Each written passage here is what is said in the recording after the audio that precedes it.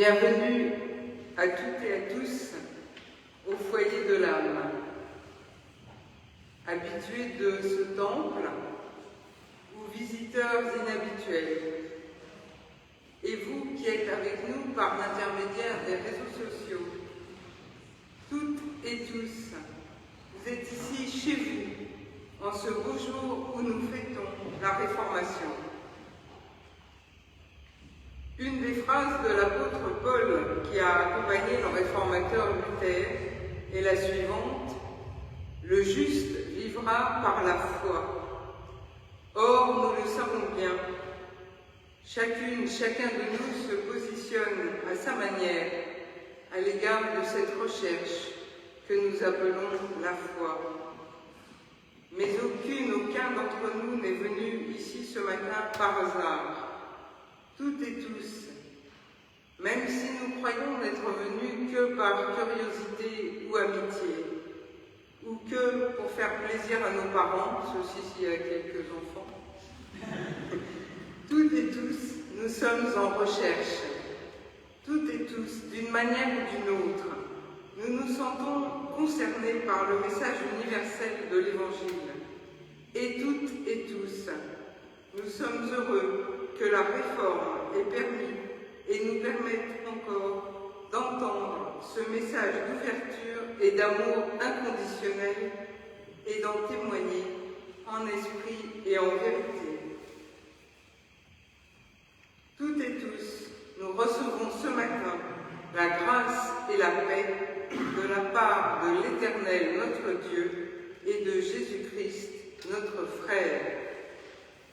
Je vous invite à vous lever et à prendre le cantique sur la feuille de culte bien en cette heure.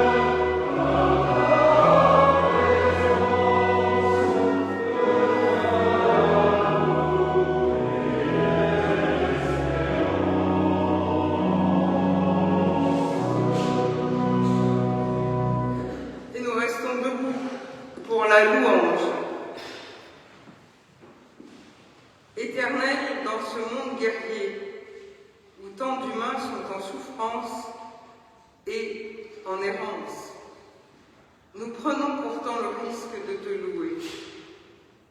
Nous te louons pour cette paix à l'horizon, bien au-delà de tout espoir, ta paix qui nous précède et nous attend, cette paix que tu nous donnes quelquefois dans la prière. Nous te louons pour la richesse de ce monde en marche, en mouvement, en attente, en enfantement, qui s'agite et bouillonne sans cesse, où tout meurt et renaît sans fin, mais où toujours la vie rejaillit. Et les dissonances, la souffrance humaine, les cris, les pleurs, les haines, les malheurs, tu ne les oublies pas. Mais nous croyons que tu marches au-delà, plus loin que le mal et la mort. Tu marches devant nous en dépassant nos peurs, nos fautes, nos silences, nos morts. Au-delà de toute souffrance, au-delà de toute injustice, plus loin que tout fatalisme, tout conformisme, tout désespoir, tu marches devant nous et par ton amour, tu tires à toi le monde. Amen. Alors nous prenons maintenant dans le recueil de cantiques le psaume 81, les numéros sont affichés sur les côtés, et nous allons chanter les 4 premières strophes.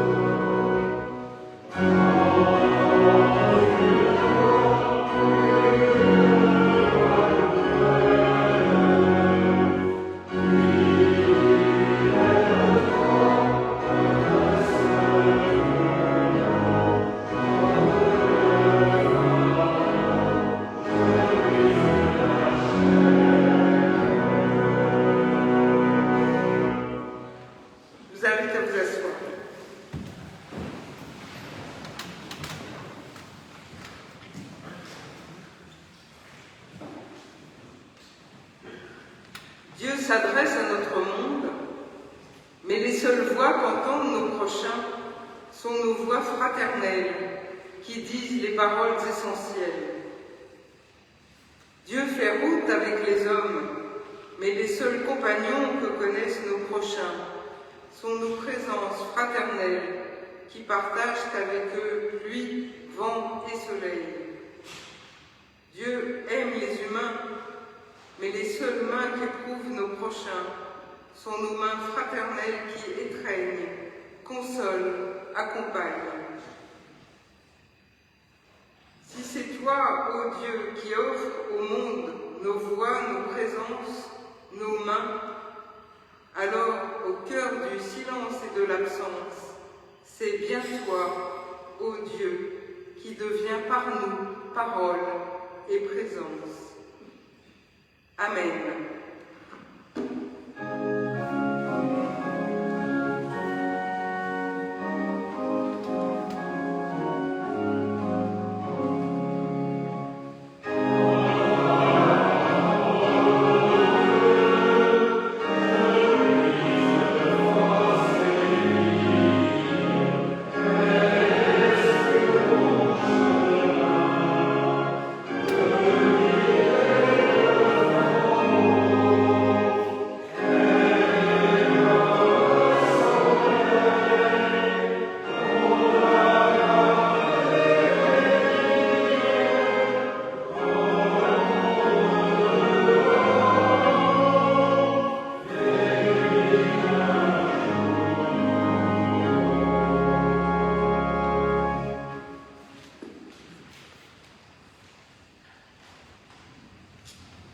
Unissons-nous dans la prière.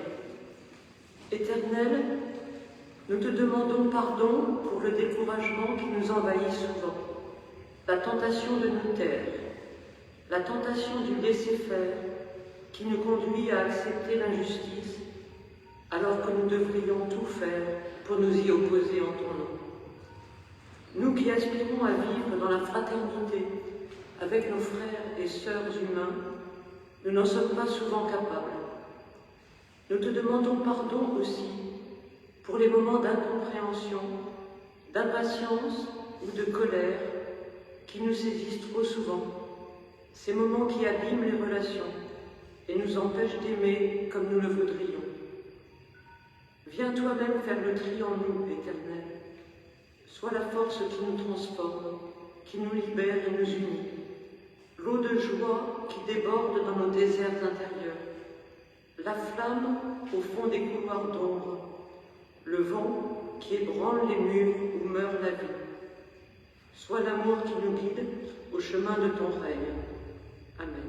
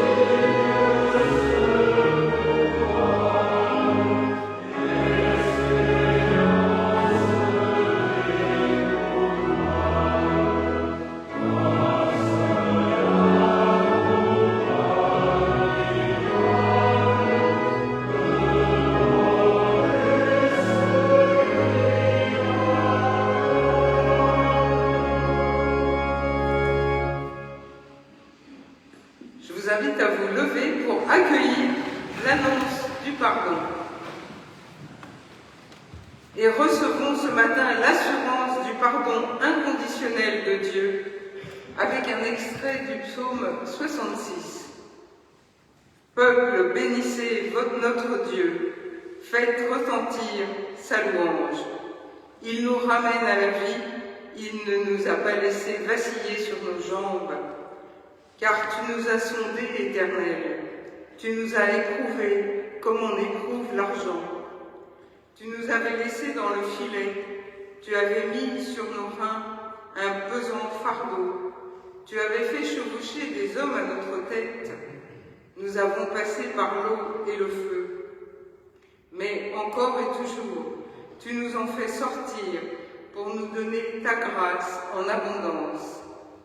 Béni soit l'Éternel qui répond à notre confiance et nous garde sa fidélité. Amen. Donc je vous propose de prendre le cantique 249 que nous chantons en entier.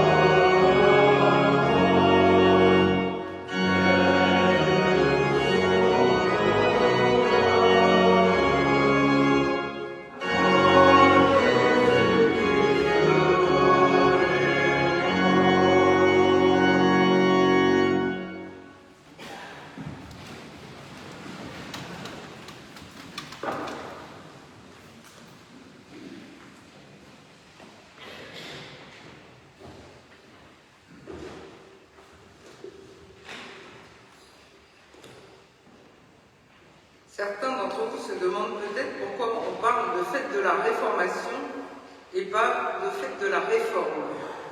Alors bien sûr, je pense que si on a conservé le mot allemand, c'est pour deux raisons.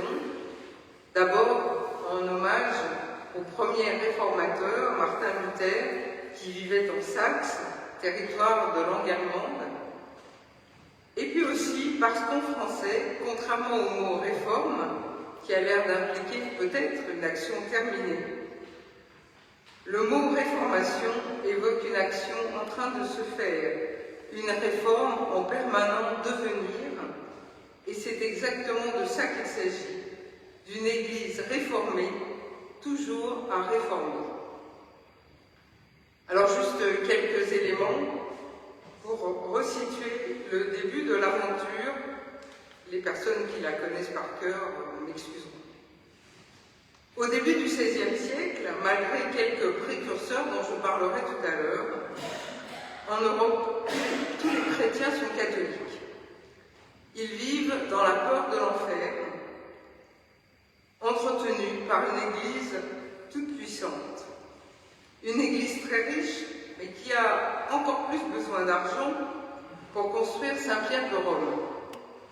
Et qui donc profite de cette peur pour vendre ces petits papiers dont vous avez tous entendu parler, qui sont appelés des indulgences, car ils vous évitent des années de purgatoire.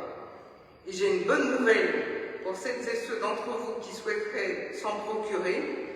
Vous verrez que sur le titre de la radio catholique francophone, que c'est encore possible. Alors ce site mentionne quand même, très brièvement, une certaine querelle des indulgences qui aurait eu lieu au XVIe siècle. Et nous fêtons en effet, ce matin, le souvenir de cette petite querelle et surtout, bien sûr, de ses conséquences. Car voilà que Martin Luther, un petit moine augustinien, théologien tourmenté par le péché et par la peur du jugement divin, est doublement tourmenté.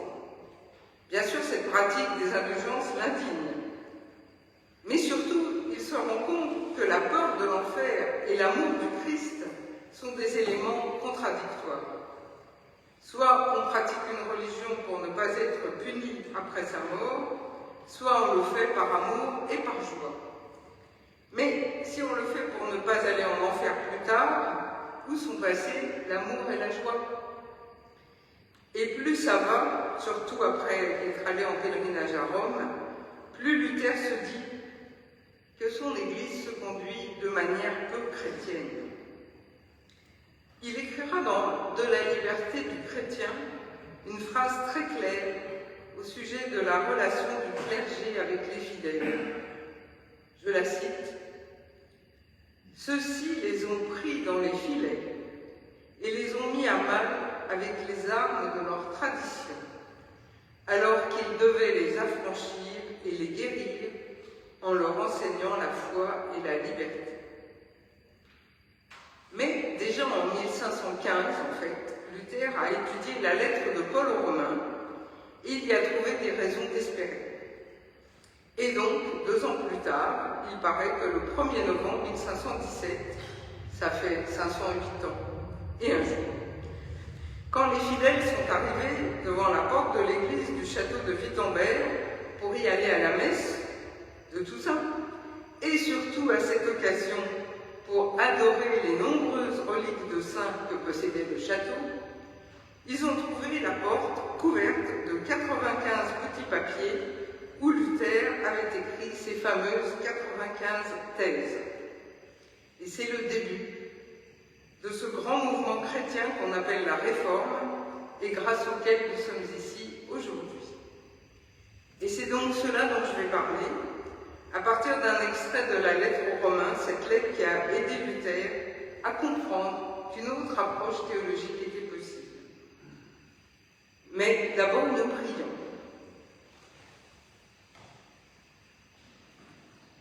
Éternel, c'est toi qui nous interpelles jour après jour, toi que nous cherchons dans les Écritures et que nous aimons en Christ.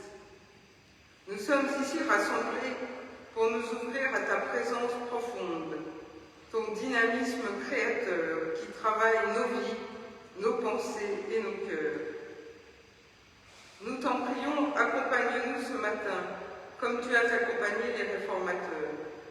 Que nos esprits s'ouvrent à ton esprit, qui fait souffler des vents libérateurs et ne cesse d'ouvrir ces chemins d'aventure et d'espérance sur lesquels Jésus nous invite à le suivre. Amen. Et donc dans la lettre de Paul aux Romains, au chapitre 5, je vais lire les 11 premiers versets. Étant donc justifiés en vertu de la foi, nous sommes en paix avec Dieu par notre Seigneur Jésus-Christ. C'est par son entremise que nous avons eu, par la foi, accès à cette grâce dans laquelle nous nous tenons, et que nous mettons notre fierté dans l'espérance de la gloire de Dieu. Bien plus, nous mettons notre fierté dans les détresses, sachant que la détresse produit l'endurance, l'endurance une fidélité éprouvée, et une fidélité éprouvée l'espérance.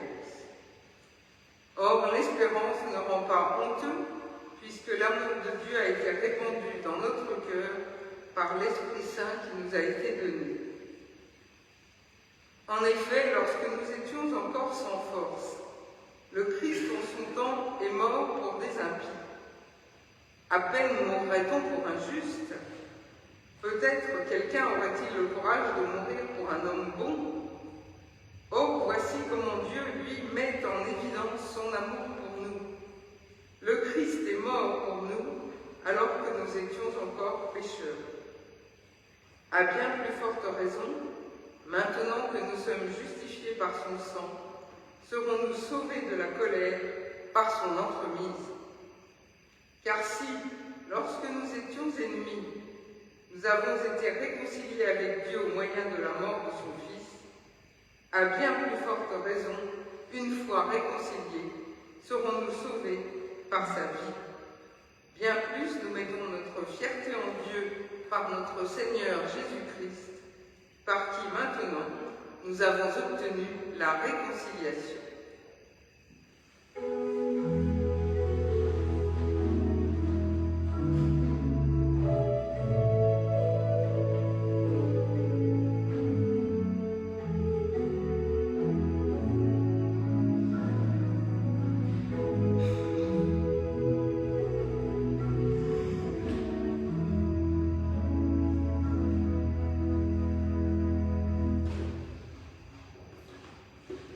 Alors attention, en fêtant la Réformation, nous ne fêtons pas la Saint-Luther. Nous ne voulons pas devenir idolâtres, ni bien sûr, relancer une guerre de religion. Et en vérité, Luther n'était pas du tout le premier à remettre en cause le fonctionnement et la théologie de l'Église au nom de l'Évangile.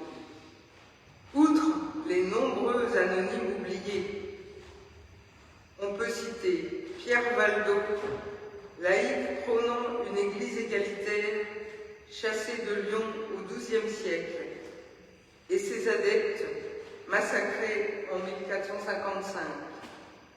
John Wycliffe, prêtre anglais du XIVe siècle, qui le premier a mis en cause le caractère magique des sacrements et les a réinterprétés comme des actes purement symboliques. Wycliffe, qui le premier a affirmé que Dieu reconnaît tous les humains comme ses enfants, qu'ils soient baptisés ou non. Wycliffe, bravant l'interdiction ecclésiale pour traduire la Bible en anglais. Wycliffe, mort avant d'être excommunié, mais dont le concile de Constance a décidé que ses restes seraient déterrés pour les brûler. Et bien sûr, Jan Hus, Jean Hus, lui-même invité à Constance pour y présenter les thèses de Wycliffe et brûlé sur place en 1415, donc 102 ans avant ce geste de Luther en 1517. Mais la pensée de ceux que l'on a fait taire vit encore dans les églises qu'ils ont fondées. Pierre Valdo, dans notre église sœur italienne, la Chiesa Valdese, mais aussi, j'ai eu la joie de le découvrir récemment, dans l'association d'entraide lyonnaise qui porte aujourd'hui son nom. Jean Hus, dans la communauté des frères moraves, qui dès le XVe siècle revendique la liberté de prêcher et s'oppose à la richesse du clergé, et à leur suite, bien sûr, tous les réformateurs, y compris notre cher Sébastien Castellion, qui en s'ouvrant au souffle de l'Esprit, ont permis aux chrétiens de respirer plus librement. Alors, comme je l'ai dit tout à l'heure, Luther a commencé par critiquer le système des indulgences. Mais très vite, il comprend que ce système n'est que la conséquence, une des nombreuses conséquences, d'une théologie absurde, une théologie où l'homme serait sauvé par ses propres forces en devenant parfait par lui-même. Et justement, Luther ne se sent pas parfait du tout. Il se sent même extrêmement pécheur. Et il a aussi le sentiment d'un manque d'authenticité qui le fait souffrir. Et je pense que cela, nous pouvons tout à fait le comprendre. Et dans cette recherche désespérée d'authenticité, voilà qu'il reçoit, d'abord comme une révélation, puis sans doute comme un baume apaisant. Voilà qu'il redécouvre ces mots de Paul, justifié par la foi et par le sang du Christ, sauvé de la colère de Dieu, en paix avec Dieu, réconcilié avec lui. Et attention, il ne s'agit pas d'une réconciliation conditionnelle, achetée sur un bout de papier, bien sûr, ou même obtenue après confession et pénitence jusqu'à la prochaine fois. Non, il s'agit d'un acquittement définitif qu'il explicitera justement dans ce traité de la liberté du chrétien. Le chrétien est libre dans le sens qu'il est renvoyé libre du tribunal. Sa dette a été remise. Ce dont Luther fait l'expérience profonde, en fait, c'est celle d'une véritable réconciliation. Et c'est une révolution spirituelle. La réconciliation ne s'opère pas à cause de ce que nous faisons pour Dieu, mais à cause de ce que Dieu fait pour nous. Ce que l'homme fait pour Dieu n'est rien, c'est ce que Dieu fait pour nous et en nous, qui est au cœur de la foi. Bien sûr, cela n'empêche pas les œuvres de fraternité, au contraire. Et Luther le précisera sa pensée à ce sujet. Je cite, « La foi en Christ ne nous affranchit pas des œuvres, mais de l'opinion que l'on en a, la sotte présomption que de chercher la justification par leurs moyens. » En d'autres termes, lorsque nous cherchons à être fidèles au message de fraternité de l'Évangile, ce n'est pas pour notre propre justification qui nous est donnée par la foi, c'est parce que, comme Paul, nous avons été saisis par le Christ, nous le cherchons et nous désirons le suivre. Et voilà que Luther va être obligé, et c'est même sûrement une bonne chose, il va être obligé de creuser, de développer cette découverte, dans un premier temps pour répondre aux inquisiteurs envoyés par Rome. Et cette découverte va bientôt en entraîner d'autres, encore plus compromettantes, car si nous sommes tous pécheurs et tous pardonnés, sur quoi repose le pouvoir de cette Église en forme de pyramide? Et pourquoi ne pas reconnaître que tout en étant sainte par la présence de l'Esprit, cette institution humaine est également par nature, comme toute institution humaine, et cela depuis le début, comme on le voit au chapitre 5 des Actes des Apôtres, avec la mise à mort d'Ananias et de Saphira. Cette institution humaine est aussi pécheresse que les humains qui la composent. Alors bien sûr, ce sera aussi le cas de toutes les églises protestantes à venir. Les références ne manquent pas à ces moments où, et plusieurs d'entre vous, j'en suis sûre, m'en voudraient de ne pas les mentionner, ces moments où nos institutions humaines ont rejeté ou même brûlé au nom de la foi. Mais la conscience du danger, cette conscience qui est formulée par l'expression Ecclesia reformata semper reformanda, Église réformée, mais toujours à réformer, cette prise de conscience a au moins conduit nos églises à se doter d'un fonctionnement aussi démocratique, aussi juste que possible. Et pourquoi ne pas traduire le texte biblique en une langue que tous peuvent comprendre, au lieu d'en réserver la lecture aux clercs qui comprennent le latin? Comme l'a très joliment dit le pasteur James Woody, notre esprit n'est pas débranché dès lors que nous nous intéressons aux questions spirituelles. Mais bien sûr, la tentation du dogme en protestantisme comme ailleurs, cette tentation est toujours présente. Et on trouve encore aujourd'hui dans beaucoup d'églises, y compris protestantes, la pratique d'une lecture littérale. la tentation de la pratique, pas la tentation, la pratique mise en œuvre d'une lecture littérale du texte biblique. Mais, en ouvrant le chemin à une autre lecture de la Bible, la Réforme en a rendu possible une lecture intelligente, une lecture qui interprète les textes, qui tient compte des circonstances historiques dans lesquelles ils ont été écrits ou traduits. Et nous sommes heureux qu'aujourd'hui, cette lecture soit également pratiquée par de nombreux catholiques. Cette lecture, elle nous permet d'entendre dans ces pages anciennes une voix qui nous parle aujourd'hui et qui parle à notre cœur autant qu'à notre intellect. Et cette voix, elle nous appelle à vivre avec le Christ. On pourrait aussi dire vivre en Christ et surtout vivre avec Christ en nous. Alors Jésus disait, vous connaîtrez la vérité et la vérité vous rendra libre. La vérité est bien difficile à connaître. Mais si nous sommes ici, nous en confessons au moins une.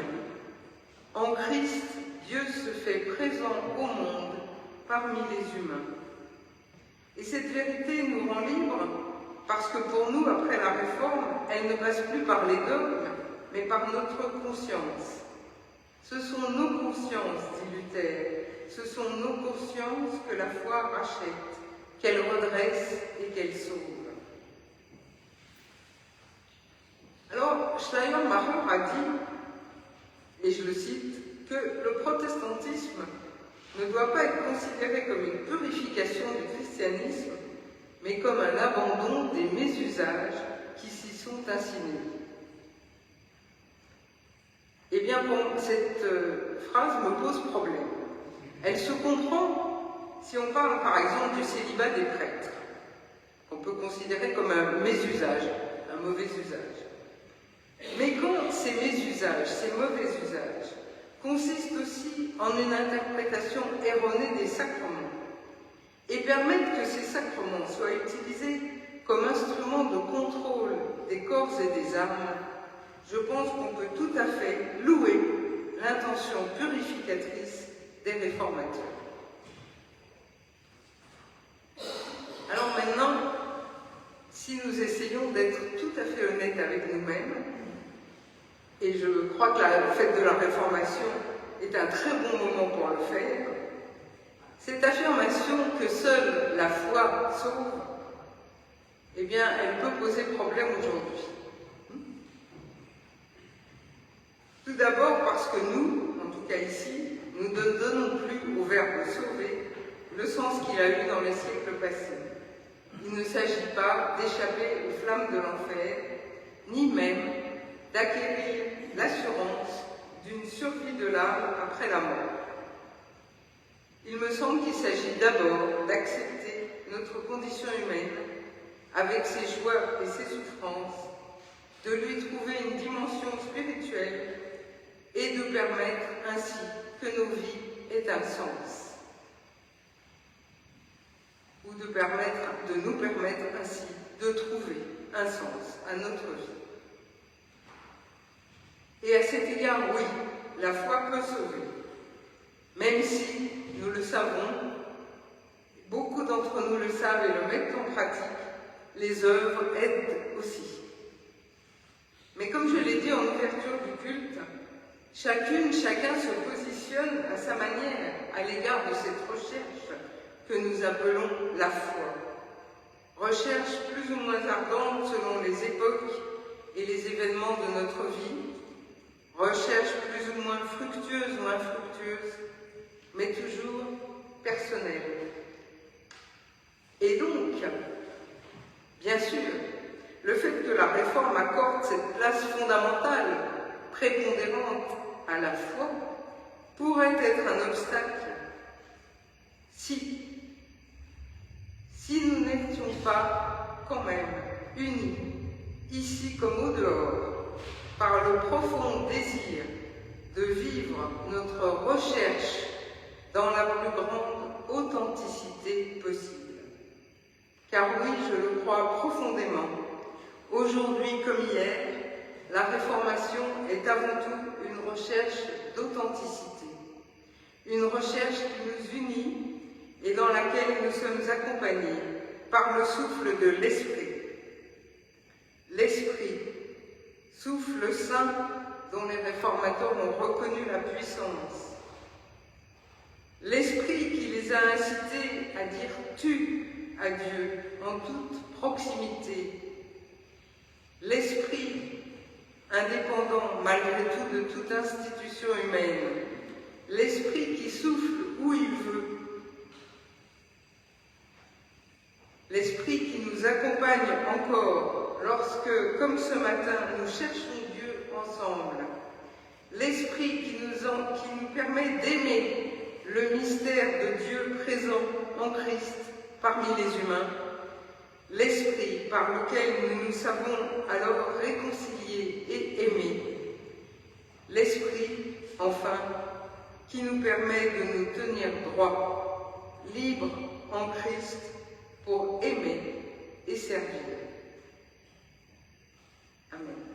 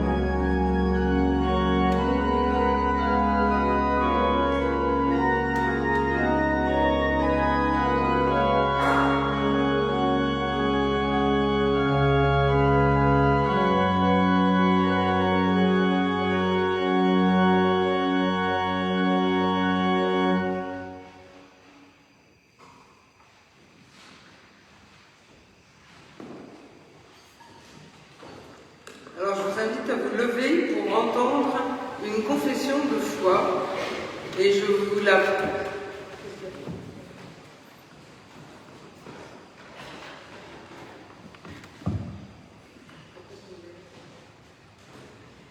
Et je vous propose ce matin la confession de foi de la fraternité dite des remontrants. Il y a même un S, parce que c'est un vieux mot, des remonstrants.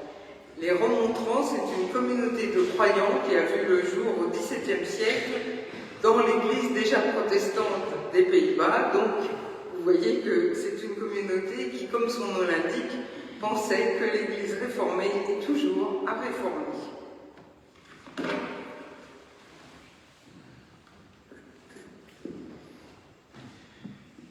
Nous affirmons de manière consciente que nous ne cherchons pas notre paix intérieure dans la certitude d'une confession de foi, mais dans la joie de ce que nous recevons. Que nous ne cherchons pas le but de notre vie dans une attitude d'indifférence et d'avidité, mais dans la relation attentive avec tout ce qui vit. Que notre vie n'est pas accomplie par notre réussite humaine et nos possessions, mais par ce qui est infiniment plus grand que nous. Conduits par cette prise de conscience, nous croyons en l'Esprit de Dieu, qui transcende tout ce qui divise les peuples, les ouvre à ce qui est saint et bon. Il agit dans le chant et dans le silence, dans la prière et dans le travail, afin qu'ils adorent Dieu et vivent de lui. Nous croyons en Jésus, homme animé par l'Esprit divin, visage de Dieu. Son regard nous déstabilise. Il a aimé l'humanité, il a été crucifié, mais il est vivant, et par-delà sa mort et notre mort, il est notre exemple ultime de sagesse et de courage. Par lui, l'amour éternel de Dieu est proche de nous. Nous croyons en l'Éternel, il est amour insondable, fondement de l'être. Il nous montre le chemin de la liberté et de la justice et nous ouvre un avenir de paix. Nous croyons que, bien que faibles et faillibles, nous sommes appelés à être de l'Église connectée au Christ et à tous les croyants, signe d'espérance. Nous croyons en l'avenir de Dieu et du monde, en une patience divine, qui nous donne le temps de vivre, de mourir, de revivre en un royaume qui est et qui vient, Dieu éternel, tout en tous. À Dieu soit gloire et honneur pour le temps et pour l'éternité. Amen.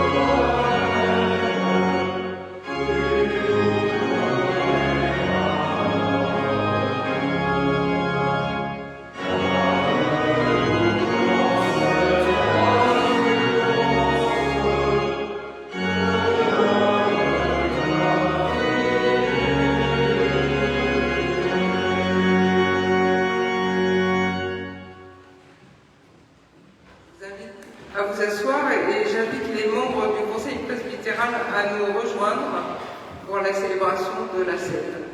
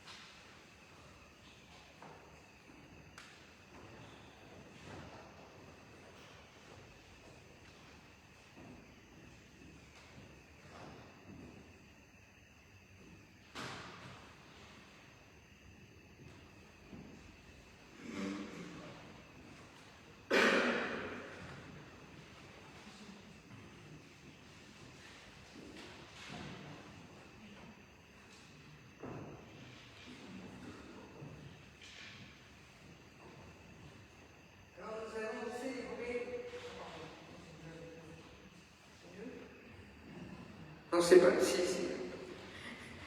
Nous allons célébrer la scène, le signe du partage fraternel, le souvenir du dernier repas de Jésus avec ses disciples.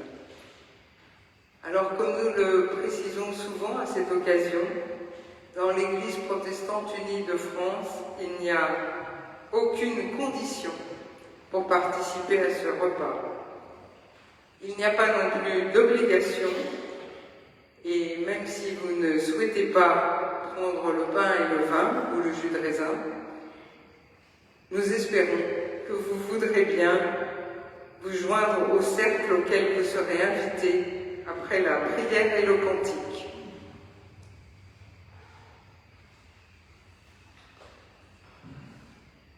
Chacun de nous a pu l'entendre. Dieu l'a dit, à n'importe quelle heure, ma porte est ouverte. Il suffit d'entrer et de vous asseoir près de moi. Il est une nourriture dans la fatigue de nos jours. Chacun de nous a pu l'entendre. Dieu l'a dit, jusqu'à l'achèvement des êtres et des choses, avec vous je me tiendrai.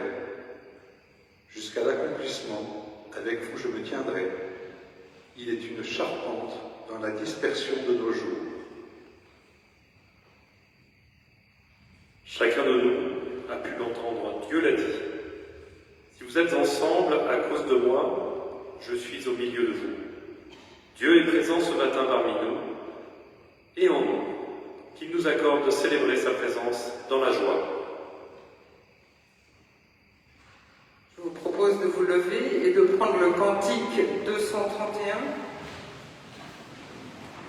On va chanter les 2 premières strophes.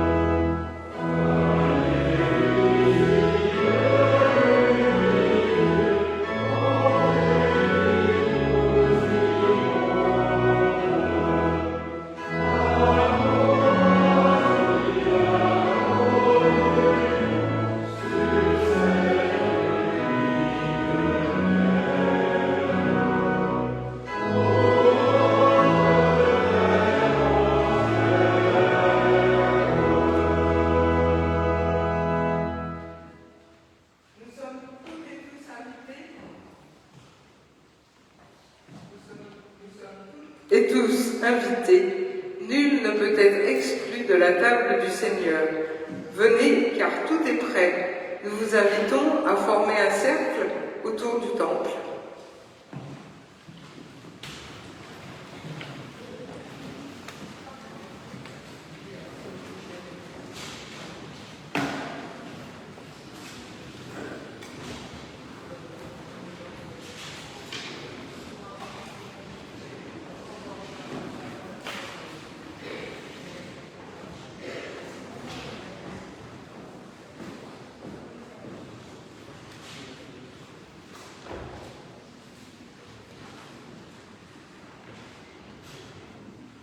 Avec les mots des premières communautés, prions le Seigneur. Comme les épis jadis épars dans les campagnes, et comme les grappes autrefois dispersées sur les collines, sont maintenant réunis sur cette table, dans ce pain et dans ce vin. Qu'ainsi, Seigneur, toute ton Église soit bientôt rassemblée des extrémités de la terre dans ton royaume. Toi qui es la source de la vie, tu es la source de l'amour. Voici le pain et le vin.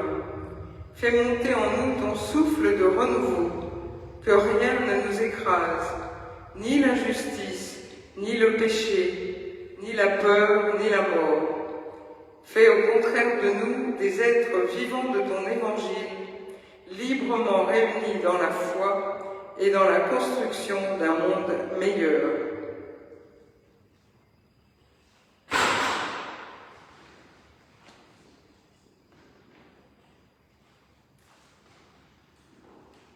Ceci est mon corps, a dit le Seigneur en partageant le pain. Dans ce pain, nous trouvons le signe de la mort de Jésus. Il s'est donné pour nous tous. Dans ce pain, nous trouvons le signe de la vie qu'il nous offre. Il est vivant au milieu de nous.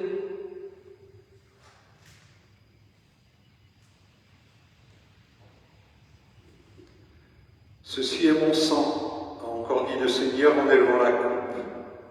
Dans cette coupe, nous trouvons le signe de la souffrance de Jésus. Il est resté seul à Gethsémani. Dans cette coupe, nous trouvons aussi le signe de la joie qu'il nous offre. Il est vivant au milieu de nous.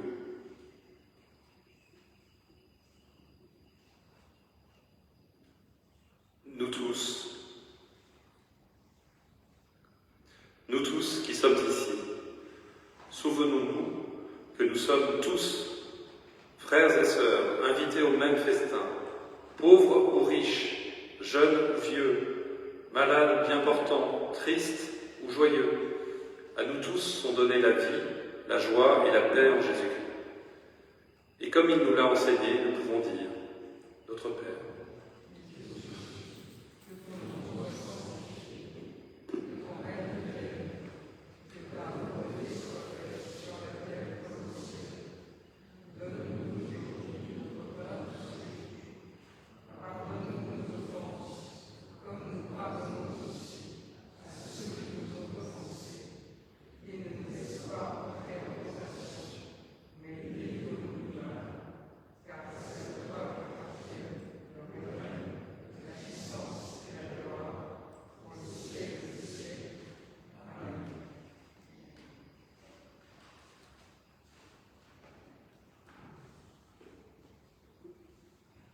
Le pain que nous partageons est communion au corps du Seigneur Jésus-Christ.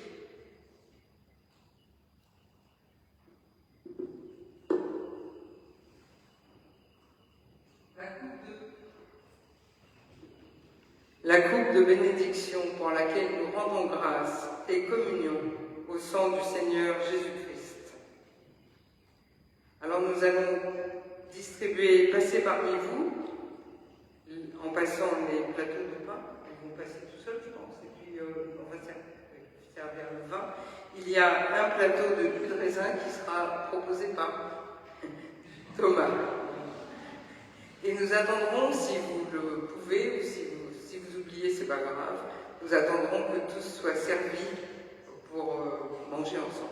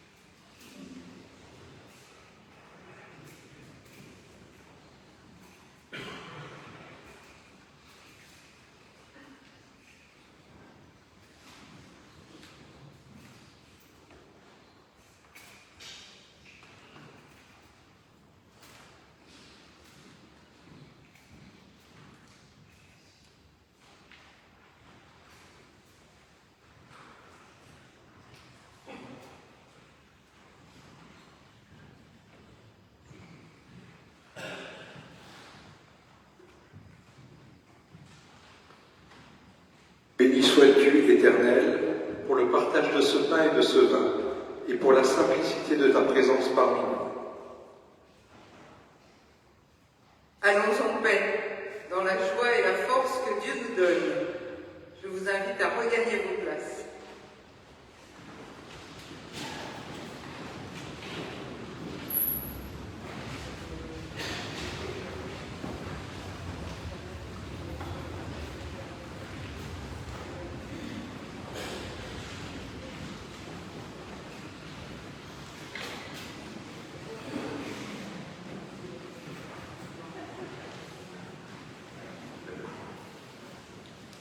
C'est le moment des annonces et je vais laisser la parole bien sûr à notre président du conseil presbytéral, mais je voudrais en notre nom à tous adresser un remerciement particulier à Fred qui a tenu à tenir l'orgue alors qu'il se remet d'une grave opération.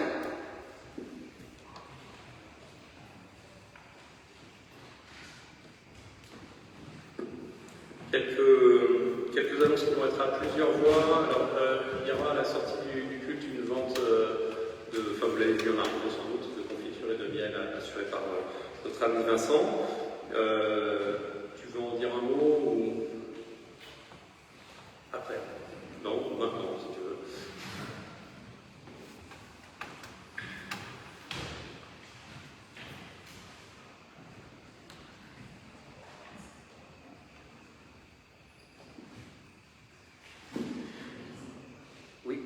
Donc il y a une vente effectivement cette année de miel et de confiture, donc c'est la production 2025 qui était en fruits assez exceptionnels cette année, puisqu'on a eu énormément de fruits très bons.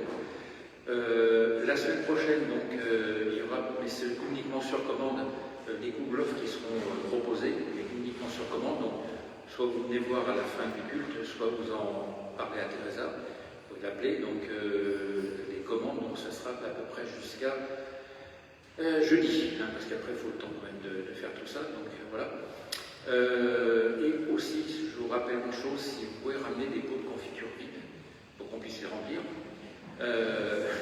Et donc cette année on en a un peu manqué, donc heureusement qu'Emmaüs a été là pour pallier, donc j'ai pu en récupérer pas mal chez Emmaüs justement pour assurer la production cette année. Donc si vous avez des pots vides chez vous, n'hésitez pas à les ramener le dimanche et vous les donnez à Teresa. Voilà.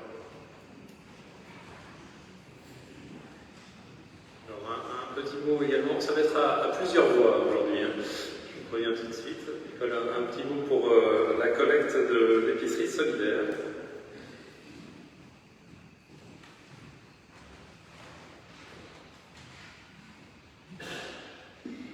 L'épicerie solidaire fonctionne tous les dimanches. Nous avons l'habitude depuis quelques années avec Bernard d'apporter le contenu d'épicerie solidaire à la Croix-Rouge, à peu près une fois par mois. Je ne vous dis pas le bonheur que c'est de voir à quel point les responsables de l'épicerie solidaire sont contents des produits qu'on leur apporte, qui sont d'une variété, d'une qualité, qui sort complètement de ce qu'ils peuvent recevoir habituellement de la banque alimentaire. Alors, on a simplement constaté, à l'occasion de ces dernières livraisons, qu'il y en avait un petit peu moins que d'habitude. Et pourtant, les besoins sont malheureusement de plus en plus forts. Alors, chaque dimanche, n'oubliez pas, on prend et après, on donne.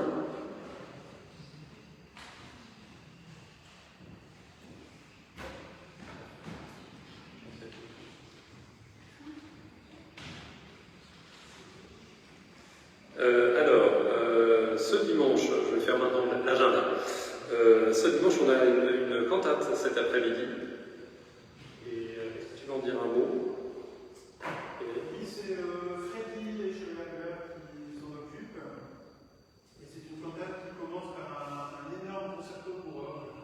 Voilà, qui est aussi un concerto pour clavecin, mais là, avait employé en concerto pour orgue dans cette cantate. C'est la 180 minutes, dont le titre est J'ai placé ma confiance en Dieu. C'est plus facile en français qu'en allemand. En tout cas pour moi. Merci, Fred. Donc nous aurons aussi mardi prochain, le 4 novembre, de 12h à 13h30, la pause biblique. Et jeudi, la pause spirituelle reprend puisque les vacances sont terminées. Jeudi également, 6 novembre donc, a lieu le Ciné-Club. Et alors Didier You n'est pas avec nous aujourd'hui parce qu'il présidait un culte à Rueil-Malmaison, je crois. Et donc il m'a chargé de vous présenter le film qui sera projeté ce soir-là. C'est La beauté du diable de René Clair avec Gérard Philippe et Michel Simon. Donc comme d'habitude, ça démarre par un cas partagé pour ceux qui le souhaitent à 19h, tiré des sacs. Et à partir de 19h45, la projection. Alors l'argumentaire de ce film est autour du mythe de Faust, qui a été transposé dans un royaume vaguement italien. Le film porte la marque de son époque, avec des allusions toujours actuelles à la menace nucléaire.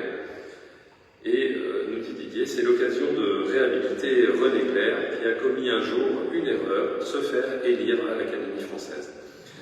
Lui, dont la fantaisie était la marque de fabrique principale depuis l'époque de ses débuts, sous l'ombre du dadaïsme.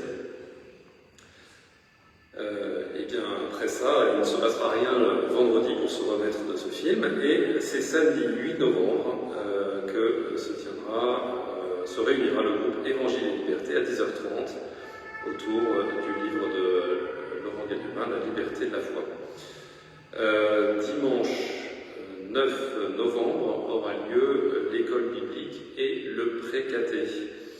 Et le culte sera présidé par le pasteur Bruno Godelet. Je voulais encore passer la parole à Patrick Van Dieren avant que nous concluions sur la fête de l'amitié.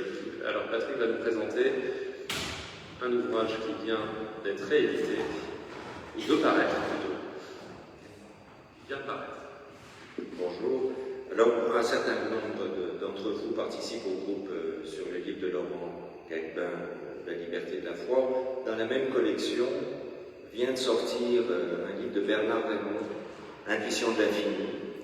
Alors, cette collection Braise, le nom dit ce que ça veut dire quand même, il ne faut pas craindre que le feu soit éteint, mais il faut cultiver les braises.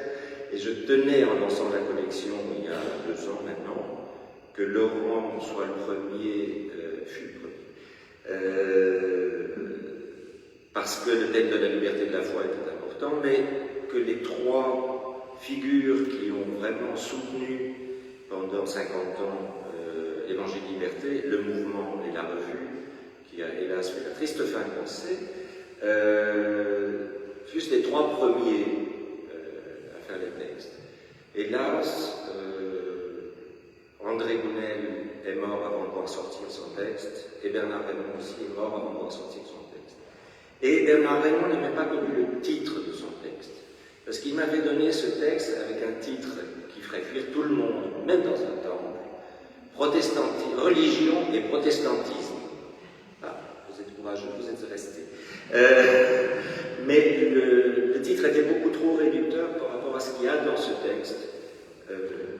Bernard Raymond était un grand spécialiste de Schleiermacher, dont il a traduit les discours sur la religion que j'ai publié il y a 15 ans, quelque chose comme ça, un peu plus, dans une très belle traduction. Et il ne dit pas seulement que la réforme n'est pas la purificatrice du catholicisme, mais c'est quelqu'un qui a introduit la notion de sentiment du christianisme, pardon. Mais c'est quelqu'un qui a introduit la notion de sentiment et d'intuition dans la perception de la foi. Et Bernard a beaucoup travaillé là-dessus. Bernard a beaucoup travaillé aussi sur un théologien et sociologue allemand du début du XXe siècle, fin 19e, début XXe, Ernst Troeltsch, qui à un moment a écrit un essai contre l'absoluité du christianisme. On est là à un moment où on peut commencer à dire que le christianisme n'est pas un absolu et n'est pas la seule religion possible, et on commence à avoir des discours interreligieux beaucoup plus développés. Bernard Raymond et Schleiermacher parle de l'intuition de l'universel dans ses discours sur la religion, qui est déjà une ouverture de la possibilité de la foi. Bernard Raymond, s'appuyant sur ces deux pieds-là, dit on peut aller au-delà de la question du christianisme et des grandes religions, et on peut aller voir qu'il y a une chose qui est commune à quasiment toute l'humanité, ça prend des noms différents, mais c'est une intuition de l'infini. Et c'est là-dessus qu'il a fait ce petit texte, très bref, mais qui, à mon avis, donne beaucoup à réfléchir, peut-être pour votre propre congé qui va faire l'année prochaine. Michel Pourtour, qui est là, on aura quelques copies à vendre à la fin. Merci. Voilà, donc pour conclure, des annonces, oui, c'est difficile. Non, ça C'est justement formidable de passer à l'esprit tout à fait éthéré et aux réalités bien terrestres dont je vais vous parler. Bravo. Alors, donc, la fête de l'amitié, c'est le 28, 29 et 30 novembre. Nous sommes début novembre, on a un mois pour la préparer. Et vous savez, vous savez que finalement cette fête, c'est un moment de rassemblement et c'est vous qui la faites. Elle ne sera rien sans vous. C'est comme ça. Comme aujourd'hui ici, c'est formidable, non? Ben voilà, la fête de l'amitié, c'est pareil. Alors, donc, nous avons besoin, enfin non plus exactement, si jamais vous avez le temps avec les jours qui raccourcissent, la pluie qui arrive, de faire quelques tris chez vous, ben ça serait parfait. Vous pouvez apporter des livres, mais des livres qui seraient intéressants pour le foyer de l'âme, de la théologie au polar par exemple, des vêtements en bon état, des objets pour la brocante, des livres pour les jeunes et les enfants, des BD, voilà, tout ça. De confiture si vous avez envie, mais si vous en avez fait avant. Hein. Écoutez, merci d'avance, je crois que vous me reverrez d'ici là. Ah oui, oui, tout à fait, pardon.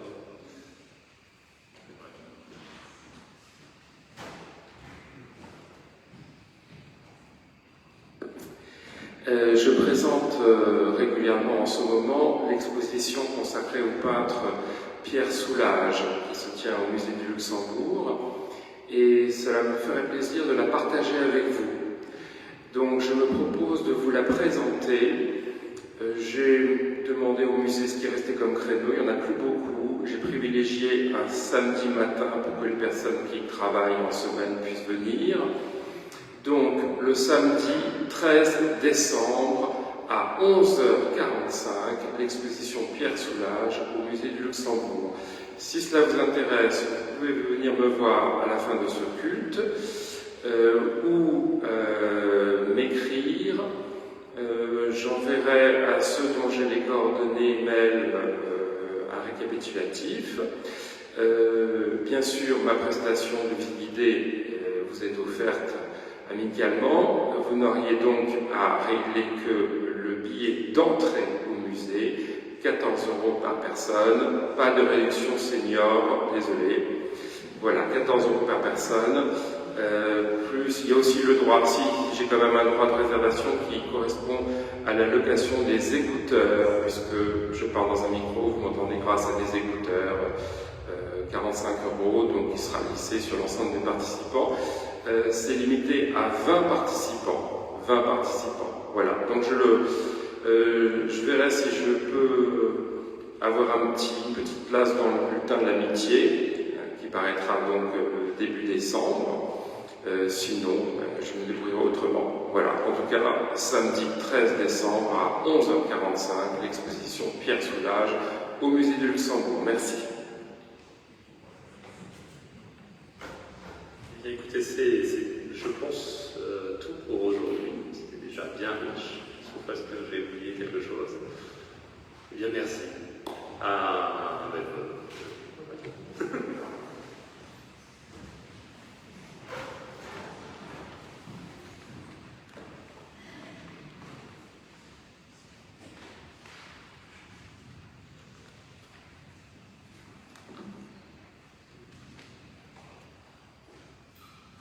Unissons-nous dans la prière fraternelle pendant laquelle nous pourrons porter chacune et chacun ce qui nous pèse et aussi ce qui nous allège. Et je vous propose, pour nous y conduire ce matin, un texte que vous pourrez retrouver, si vous le souhaitez, dans le dernier numéro de l'Amitié.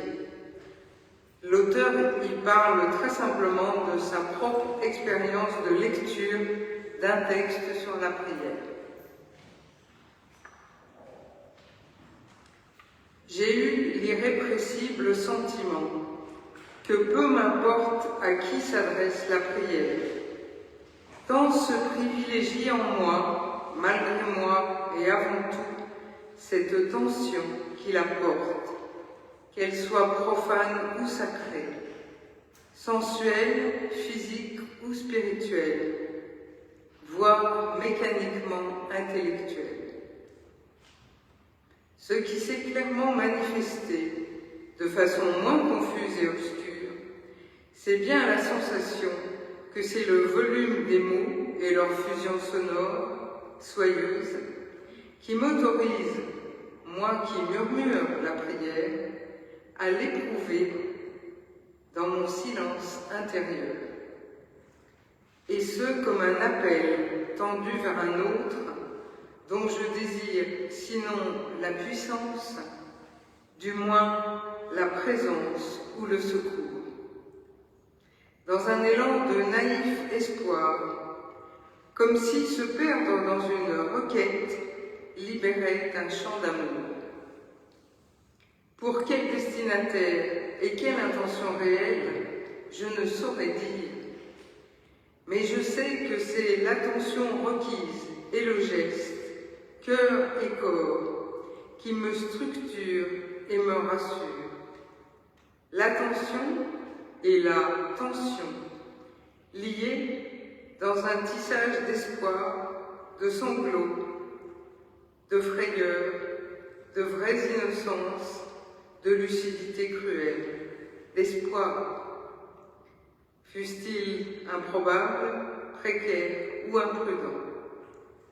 Souvent ces derniers mois, dans la solitude du quotidien, je me suis surpris à prier pour que la souffrance cesse d'écraser des êtres aimés, convaincu que cela ne servait à rien, convaincu cependant que cet élan était inévitable, nécessaire, vital, un souffle, le souffle. Amen.